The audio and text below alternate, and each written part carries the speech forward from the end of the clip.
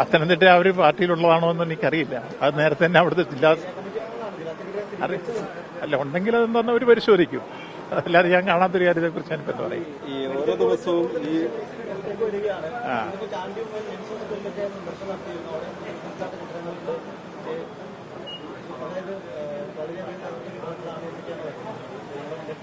ഇല്ല ഉള്ളത് അദ്ദേഹത്തിന്റെ പിതാവ് ഉമ്മൻചാണ്ടി മുഖ്യമന്ത്രി എന്ന കാലത്താണ് ഈ കെട്ടിടം അൺഫിറ്റാണെന്ന് ആദ്യം റിപ്പോർട്ട് കൊടുത്തത്. ഒരു പൈസ പോലും അതിന് ഫണ്ട് വയ്ക്കുകയോ ഒരു നടപടിയും സ്വീകരിച്ചില്ല.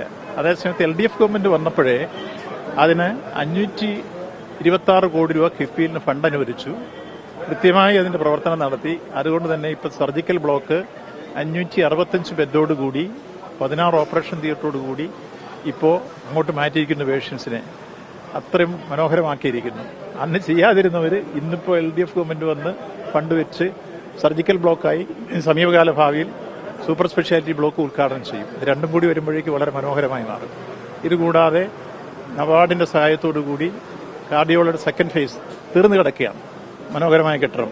അതിനകത്ത് ഏതാനും ഉപകരണങ്ങൾ വന്നാൽ അത് ഉദ്ഘാടനം ചെയ്യും. ഇൻഫെക്ഷ്യസ് ഡിസീസിന്റെ അടുത്ത ദിവസം തന്നെ അതിന്റെ ഓൺഗോയിങ് പ്രോജക്ട് തീരാൻ പോവുകയാണ്. ഇങ്ങനെ 4 ബിൽഡിംഗ് മനോഹരമായി ഇപ്പം തീരുകയാണ്.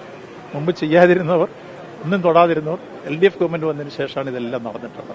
ഈ ആരോഗ്യമന്ത്രിക്കെതിരെ പ്രതിഷേധം ശക്തമാക്കിയിരിക്കുകയാണ് പ്രതിപക്ഷം. അപ്പോൾ ഇപ്പോഴും ഉറച്ചു നിൽക്കുകയാണോ? സംഭവിച്ചിട്ട് ആരോഗ്യമന്ത്രി രാജിവെക്കേണ്ടയില്ലെന്ന് ഞാൻ ചോദിക്കുന്നത്, ഈ ആവശ്യം ഉന്നയിക്കുന്നവരോട് മിനിമം ഒരു ചോദ്യം. 11 പേരുടെ മരണത്തിനിടയാക്കിയതാണ് കർണാടകത്തിൽ നമ്മുടെ ക്രിക്കറ്റ് താരങ്ങൾ വന്നപ്പോൾ ഉള്ള സ്വീകരണം. ആ 11 പേര് മരിച്ചിട്ട് അതൊരുക്കിയ ഏതെങ്കിലും ഒരു മന്ത്രി രാജിവെക്കണമെന്ന് അവർ പറയുകയോ ആവശ്യപ്പെടുകയോ ചെയ്യുകയോ ചെയ്തു? വിമാനം ഇവിടെ ഉണ്ടായതുകൊണ്ട് തന്നെ പ്രധാനമന്ത്രി രാജിവെക്കണമെന്നാണ് അവിടെ.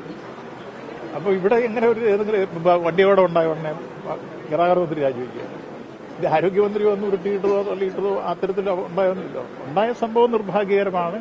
അതിന് കാലകൂട്ടി നടപടികൾ സ്വീകരിച്ചിരുന്നു. അത് ഷിഫ്റ്റ് ചെയ്യുന്ന കാര്യത്തിൽ അപ്പോൾ ചില ഉപകരണങ്ങൾ വരാനുള്ള മാറ്റം ആണ് താമസം വന്നത്. അല്ലെങ്കിൽ നേരത്തെ തീരുമായിരുന്നു. അപ്പോൾ കാലകൂട്ടി അതിന് മുന്നൊരുക്കങ്ങളെല്ലാം നടത്തി എന്നുള്ളതിൽ ക്ലിയർ ആകുന്നത്.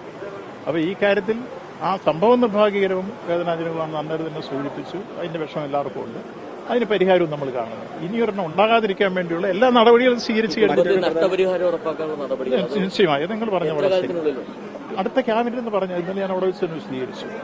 അടുത്ത ക്യാബിനറ്റിൽ 11-ാം തീയതി കൂടുന്ന ക്യാബിനറ്റിൽ സാധാരണഗതി വലിയ തുക കോമ്പൻസേഷൻ നമ്മൾ തീരുമാനിക്കുന്നതെല്ലാം ക്യാബിനറ്റിലാണ്.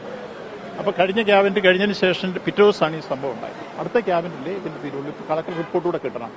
ഈ കുടുംബത്തിന്റെ സ്ഥിതി, സാമ്പത്തിക സ്ഥിതി ഇതെല്ലാം പരിശോധിച്ചതിന് ശേഷമാണ് ധനസഹായം പ്രഖ്യാപിക്കുക. അത് കൃത്യമായി അടുത്ത ക്യാബിനറ്റ് ചേരുമ്പോൾ കൊടുക്കും. 11-ാം തീയതിയാണ് അടുത്ത ക്യാബിനറ്റ്. അത് സംശയമൊന്നും വേണ്ടി തന്നെ ഞാൻ പറഞ്ഞു.